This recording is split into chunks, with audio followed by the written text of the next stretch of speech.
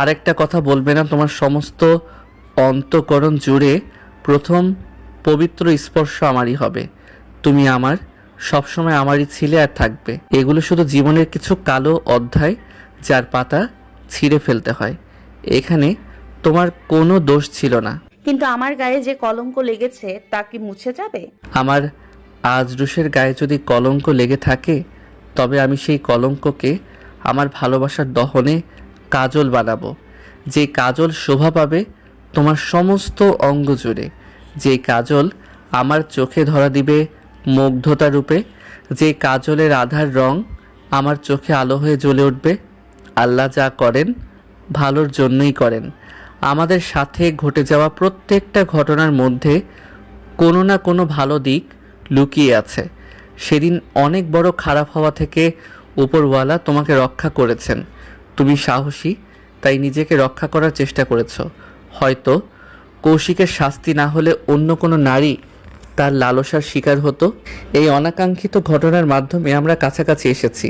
আমাদের বিয়ে হয়েছে, তাই না? সব কিছুর ভালো দিকটা দেখার চেষ্টা করো। ঘরের দরজায় আওয়াজ হলো। দরজা খুলে দেখলো তনিমা খাবার নিয়ে এসেছে। তনিমা আজরাকে খাইয়ে দিচ্ছে আর টুকটাক গল্প করছে। ইসমাম আজরার ওষুধগুলো নিয়ে এসেছে, আজরাকে ওষুধ খাইয়ে দিল।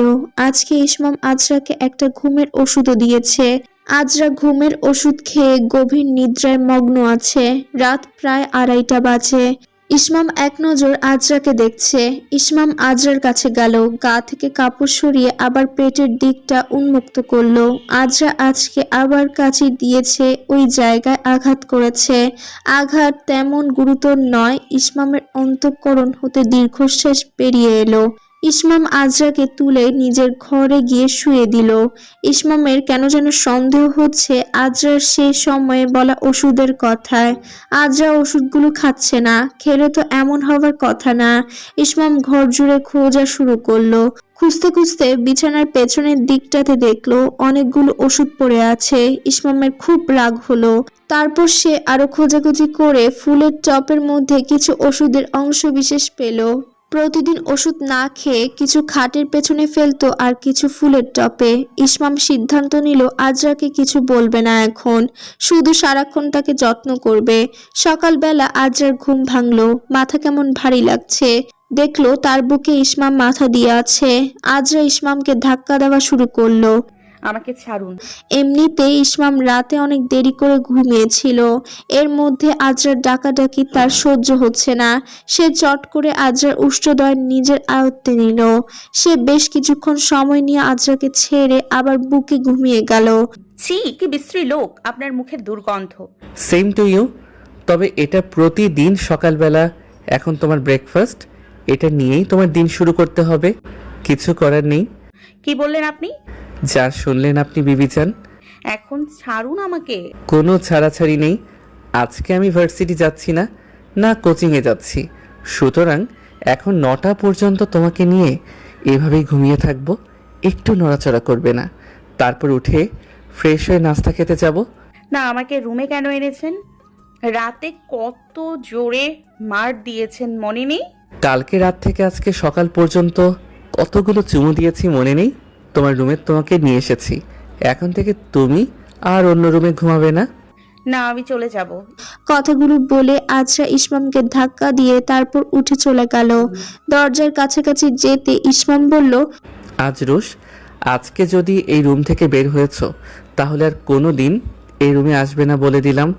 আমি তোমার সাথে কথা বলবো না।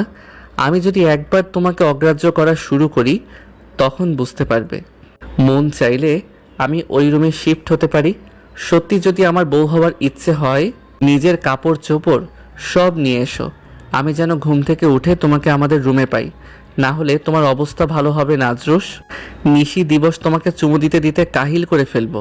And it's a serious warning. কথাগুলো বলে আবার ইসমাম ঘুমের দেশে ডুবে গেল। ইসমাম চোখ বন্ধ করে শুয়ে রইল। কিছুক্ষণ পর কারো পায়ের আওয়াজ এলো আর একটা অদ্ভুত সুবাস। ইসমাম ঘুম ঘুমো চোখে দেখলো খাটের সামনে কে যেন শাড়ি পরে পায়চারি করছে। তার চুড়ির রিনরিনে আওয়াজ ইসমামের ঘুম ভাঙিয়ে দিয়েছে। পায়েলেরও আওয়াজ আসছে। ইসমাম দেখুন, স্কুইটি আপনাকে শুভ সকাল বলছে। ইসমাম দেখলো কাঠালি হলুদ রঙের শাড়ি পরা আজরা তার রুম দিয়ে পায়চারি করছে। তার কোলে ইসমামের বিড়ালটা। আজরার খোপায় কতগুলো হলুদ সাদার মিশেলে কাঠগোলাপ, হাতে হলুদ রঙের কাচের চুড়ি শোভা পাচ্ছে। ইসমাম উঠে বসে পড়ল। ইসমাম চোখ ঘষা দিল, তারপর বেড সাইড থেকে টেবিলে রাখা চশমাটা চোখে পড়ল। আজরুশ তুমি? আমি আমার সব জিনিসপত্র এখানে এনে রেখেছি। আর হ্যাঁ, আপনি আমাকে অগ্রাহ্য করবেন না। আমার ভালো লাগে না। দুনিয়াতে আপনি একমাত্র ব্যক্তি যে আমাকে ইগনোর করলে আমার ভালো লাগে না। সুতরাং আপনি অগ্রাহ্য করলে আপনাকে কিল ঘুষি লাথি দিতে দুইবার ভাববো না, বলে দিলাম।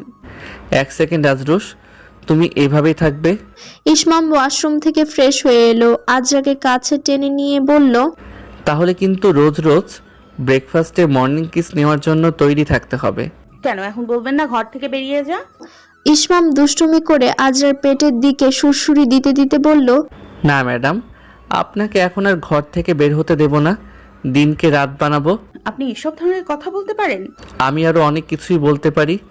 এই তুমি ব্যান্ডেজের উপর দিয়ে কেন চুরি পরেছো? চুড়িগুলো সাইজ অনেক বড় তনিমা, ভাবি আমার জন্য এনেছে, সমস্যা হবে না। ইসমাম আজরার উন্মুক্ত কোমরে হাত রাখলো। সারা শরীর জুড়ে শিহরণ বয়ে গেল। হাত দুটো ক্রমাগত বিচরণ করছে পেটের কোমল ত্বকের উপর। খুব সুশ্রী লাগছে। এখন আমার মেজাজে গরম হচ্ছে।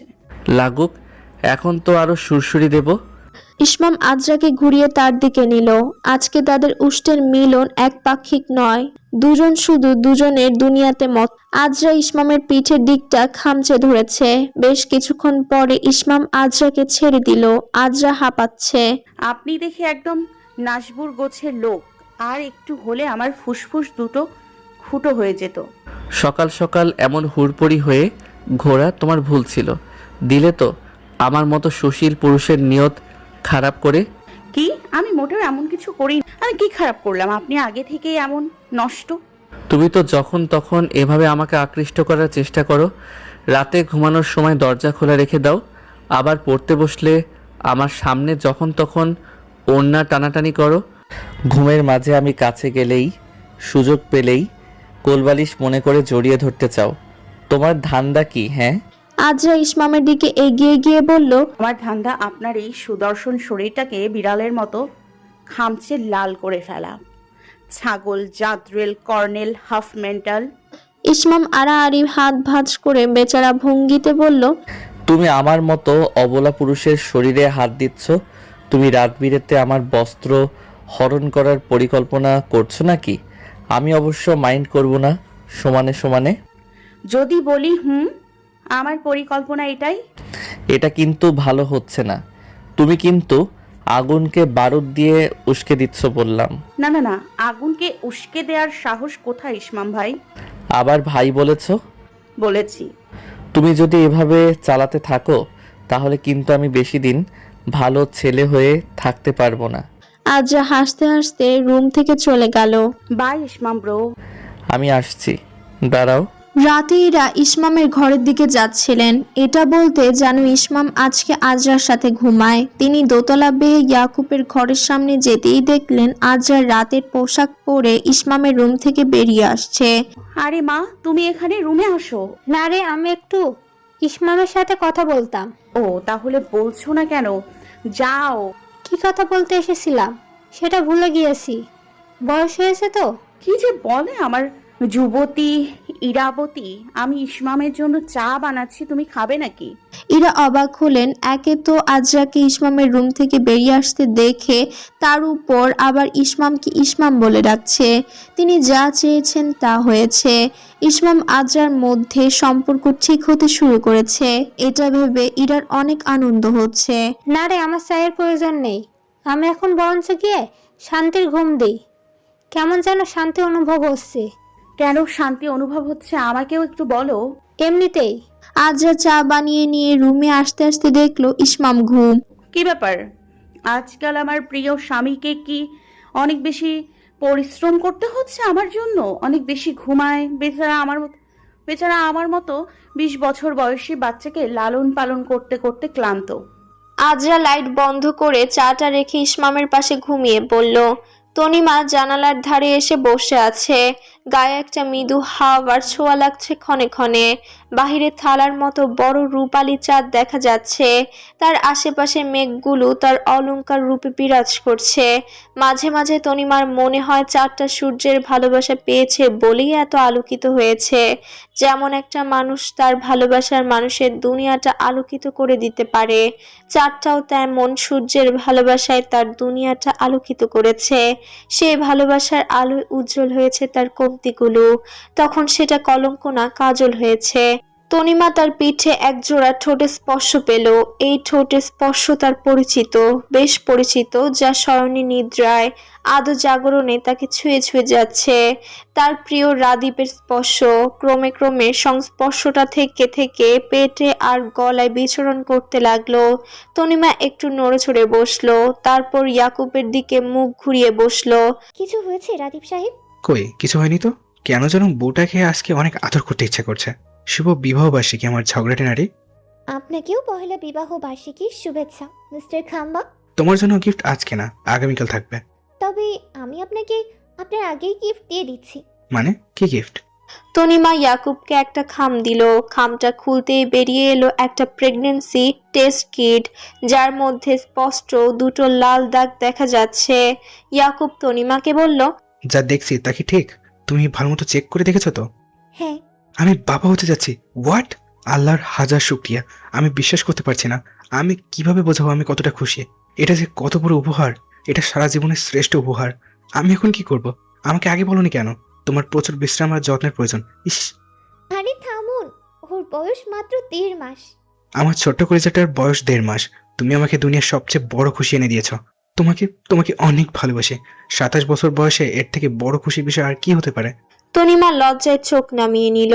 ইয়াকুব তাকে শক্ত করে জড়িয়ে ধরল, তারপর ঠোঁটে অসংখ্য চুমু খেলো। পরিবারে নতুন অতিথির আগমন হতে চলেছে, এর থেকে বেশি আনন্দের আর কিছু হতে পারে? পরের দিন ইয়াকুব তনিমার বিবাহ বার্ষিকী উপলক্ষে বাসায় ছোট একটা অনুষ্ঠানের আয়োজন করা হয়েছে। তনিমার বাবা মাও এসেছে, সাথে তানিশা এবং তার স্বামী। তনিমার জন্য নানা ধরনের উপহার সামগ্রী এনেছে, আর ফলমূল, কাঁচা বাজার, আরো অনেক কিছু। তনিমার পরনে ডার্ক ব্রাউন রঙের শাড়ি আর ইয়াকুবের পরনে ব্রাউন রঙের পাঞ্জাবি। আজরা, ইসমাম, সানা, নাবিল পরিবারের বড়দেরকে বেড়ে বেড়ে খাওয়াচ্ছে। ইসমাম আজরার কানে কানে বলল, আজকে অনেক খুশির দিন, ডাবল সেলিব্রেশন। হ্যাঁ অবশ্যই, বাড়িতে নতুন অতিথি আসতে চলেছে না, একটা পুতুল হবে, সারা দিন খেলবে। ডাবল সেলিব্রেশন তো হবেই। জানো, একটা কথা ভেবে আমার অনেক খুশি লাগছে। কি ভেবে খুশি লাগছে? এই যে ইয়াকুব ভাইয়ার বাবা হতে হতে 27 বছর লেগে গেল, তবে আমার মনে হয় আমি 25-এর আগেই বাবা হতে পারবো। ইস, শখ কত ফকিন্নির। শখ আমার অনেক বড়, তোমাকে সময় সময় কড়াই গন্ডাই বুঝিয়ে দিব। অসভ্য পুরুষ মানুষ কোথাকার। পরিবারের বড়রা আছে, লজ্জা করে না? এখনো অসভ্য পুরুষ মানুষ হতে পারলাম না বলেই সন্তানের বাবা হওয়ার সুযোগটা দেরি করে আসছে। মনে মনে তুমিও চাও আমি অসভ্য পুরুষ হয়ে যাই। তুমি চাইলেই আগামী 10 মাসের মাথায় তোমাকেও একটা পুতুলের ব্যবস্থা করে দিতে পারি। আজরা চোখ গরম করে ইসমামের দিকে তাকাতে ইসমাম চশমা ঠিক করতে লাগলো আর শস্য ব্যস্ত হয়ে বলল, আন্টি আপনার কিছু লাগবে? সালাদ, একটু ডাল নিন তাহলে। সানা আজরার কানে কানে বলল, জলদি তাকে ফুপি বানিয়ে দেয় যেন। আজরা বিষম খেলো, তার প্রচন্ড বেগে কাশি পেল। এরা ভাই বোন একদম। ইসমাম কথাটা শুনেছে, সে হাসতে হাসতে আজরাকে এক গ্লাস পানি অফার করলো। খাও খাও, পানি খেয়ে ঠান্ডা হও। পুতুল হিসেবে আমিও খারাপ না, কিন্তু আপাতত। এত সস্তা কোয়ালিটির পুতুলে আমার পোষাবে না। আজরার ক্লাস শেষ হয়েছে, ইসমামদের আরো 2টো ক্লাস বাকি। ইসমাম মাঠের সবুজ ঘাসের উপর বসে আছে, তার আশেপাশে তার বন্ধুরা। আজরা আবির আর নুসরাতের সাথে হেঁটে যাচ্ছে। যেতে যেতে আজরা ইসমামের দিকে তাকালো, তার দিকে তাকিয়ে প্রশস্ত হাসলো, আবার লজ্জায় মাথা নুইয়ে চলে গেল। ইসমামও মৃদু হাসছে। এসব প্রত্যক্ষ করে জাহিন বলল, কি ব্যাপার, কি বলতো? মেয়েটা তোকে দেখে হাসছে। এই তোকে পছন্দ করে না তো আবার? হ্যাঁ, পছন্দ করে। কি কি বলছিস? আমার মামাতো বোন না,